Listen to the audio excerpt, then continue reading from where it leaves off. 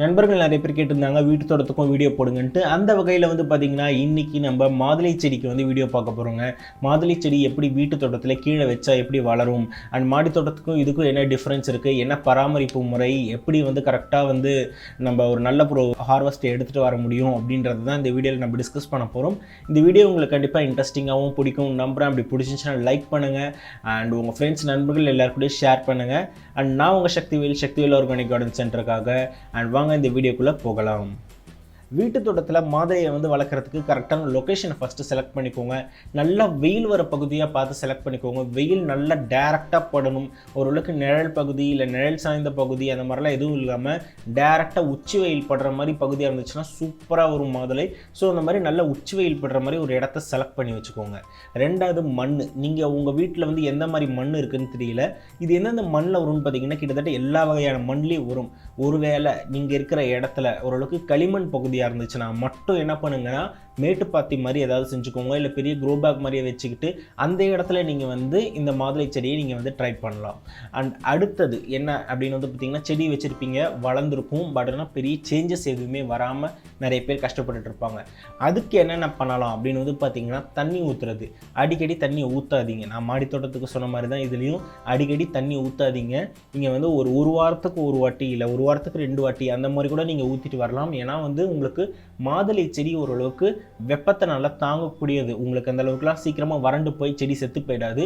நீங்கள் வந்து சம்மரில் மட்டும் ஒரு 3 நாள் 4 நாள் நீங்கள் வந்து ஊற்றிட்டு வரலாம். ஸோ அந்த மாதிரி நீங்கள் பார்த்துக்கோங்க. ரெண்டாவது உரம் வந்து பார்த்தீங்கன்னா பிப்ரவரி, ஜூன், அதுக்கப்புறம் நவம்பர் இல்லை டிசம்பர், உங்கள் வருஷத்துக்கு 3 வாட்டி நீங்கள் உரம் வச்சிங்கன்னா போதும். அதுவும் எப்படி வைக்கணும்னு வந்து பார்த்தீங்கன்னா அடி உரமாக வைக்கணும்.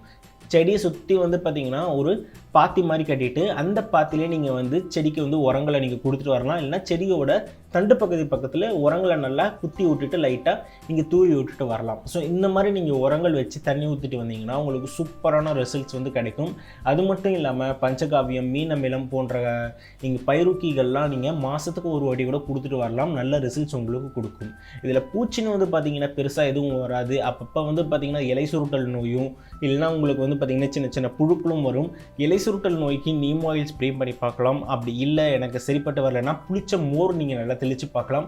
இது ஓரளவுக்கு நல்ல ரிசல்ட்ஸ் கொடுக்குங்க. அதே மாதிரி சின்ன சின்னதாக உங்களுக்கு புழுக்கள் வரும். அந்த புழுக்களுக்கெல்லாம் நீங்கள் வந்து பார்த்திங்கன்னா நீம் ஆயில் ஸ்ப்ரே பண்ணி பார்க்கலாம். இல்லைனா 3G சொல்யூஷன் நீங்கள் வந்து ஸ்ப்ரே பண்ணி பார்க்கலாம். அடுத்தது எனக்கு பூ உதிருது, பூ கொட்டுது அப்படின்ற ஒரு ப்ராப்ளம் இருக்கும். அந்த பூ கொட்டுறதுக்கு நம்ம மாடித்தோட்டத்தில் பயன்படுத்தின அதே விஷயம் தான் தேமோர் கரைசல் நல்லா ரெடி பண்ணிக்கோங்க. ஒரு 2 நாளைக்கு தேவையான மாதிரி ரெடி பண்ணிக்கிட்டு அதை நல்லாவே வந்து நல்லா ஸ்ப்ரே பண்ணி விடுங்க. உங்களுக்கு பூக்கள்லாம் கொட்டாது.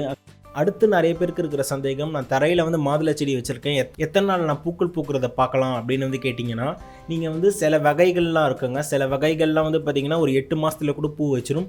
சில வகையெல்லாம் 1 வருஷம் இல்லை 1.5 வருஷம் கூட ஆகும். நோட் பண்ண வேண்டிய விஷயம் என்னென்னு வந்து பார்த்திங்கன்னா ஃபஸ்ட்டு வர அறுவடை வந்து கொஞ்சம் கம்மியாக தான் இருக்கும். ஃபஸ்ட்டு காய்க்கிற மாதுளை வந்து பார்த்திங்கன்னா கொஞ்சம் கம்மியாக தான் இருக்கும். அடுத்த வருஷம் காய்க்கும் போது ஓரளவுக்கு நல்லா காய்க்கும். அதுக்கு அடுத்த வருஷம் கொஞ்சம் டல்லாகும். இந்த மாதிரி மாறி தான் ஓரளவுக்கு வந்துக்கிட்டு இருக்கும். ஸோ இதை மட்டும் நோட் பண்ணிக்கோங்க. இன்னொரு இம்பார்ட்டண்ட்டாக செய்ய வேண்டிய ஒரு விஷயம் என்னென்னு வந்து பார்த்திங்கன்னா வீட்டை சுற்றி நிறைய பூச்செடிகள் வைங்க. நீங்கள் வந்து என்ன தான் நீங்கள் வந்து உரத்தை கொட்டுன்னு கொட்டினாலும் பூக்கள் பூத்தாலும் பூக்கள் வந்து உங்களுக்கு செடியில் இருந்தாலும் அந்த பூ காயாக மாறி கனியாக மாறுறதுக்கு உங்களுக்கு தேனீக்களோட உதவி வந்து கண்டிப்பாக தேவை. இந்த தேனீக்களை வர வைக்கிறதுக்கு வீட்டை சுற்றி ஓரளவுக்காவது பூச்செடிகள் வைங்க. அண்ட் என்னென்ன பூச்செடிகள் வைக்கலாம் நான் ஆல்ரெடி ஒரு வீடியோ பண்ணியிருக்கேன். அந்த வீடியோவை நீங்கள் பாருங்கள். உங்களுக்கு நிறைய டீட்டெயில்ஸ்லாம் இருக்கும். அண்ட் இந்த வீடியோ உங்களுக்கு பிடிச்சிருந்துச்சுன்னா லைக் பண்ணுங்கள். உங்கள் ஃப்ரெண்ட்ஸ் நண்பர்கள் எல்லாருக்கூடயும் ஷேர் பண்ணுங்கள். நான் உங்களை அடுத்த வீடியோவில் சந்திக்கிறேன். Until then, bye from your owner Sakthivel. Have a happy gardening day.